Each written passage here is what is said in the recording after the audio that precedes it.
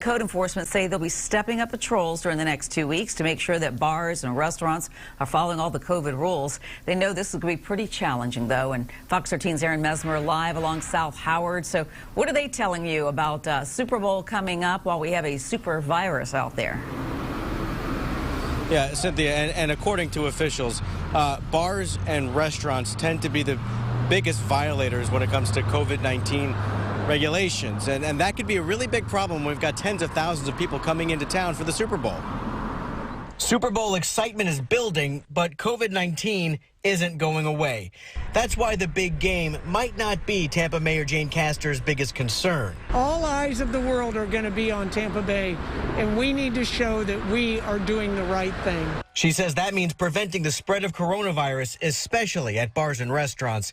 It's not an easy task, and these photos taken Sunday illustrate why. They show crowds of largely unmasked customers gathering outside bars in the South Howard area of Tampa, and that's without the tens of thousands of visitors pouring into Tampa Bay for the Super Bowl. We're expanding our coverage. It's an all hands on deck situation. City Code Enforcement Manager Keith O'Connor says the rules are simple.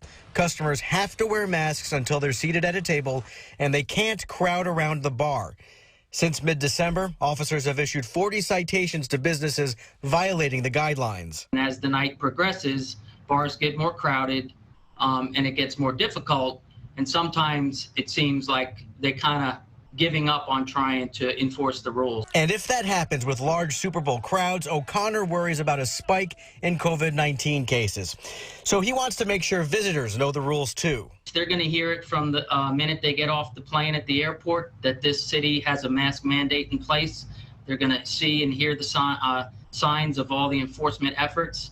And we're trying to get compliance. It's a message echoed by Tampa Police Chief Brian Dugan. We need for people to be good, responsible citizens, to wear a mask, take the universal precautions. But it's a different dynamic. No police department wants to turn into the mask police. But police and code enforcement officers who work in teams are prepared to do so if necessary.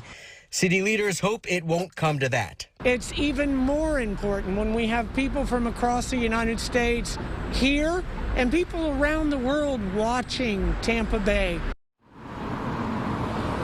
And citations range from $150 for a first offense to $300 for a second offense, and then $450 for a third offense. But again, city leaders hope it doesn't come to that. They just want customers and bar and restaurant owners to follow the regulations to make sure that in a couple weeks, Cynthia, we don't see the kind of spike in COVID-19 cases that we are seeing within the last few weeks after the holidays. Yeah, it's just bottom line is do the right thing. So thank you so much, Aaron Mesmer.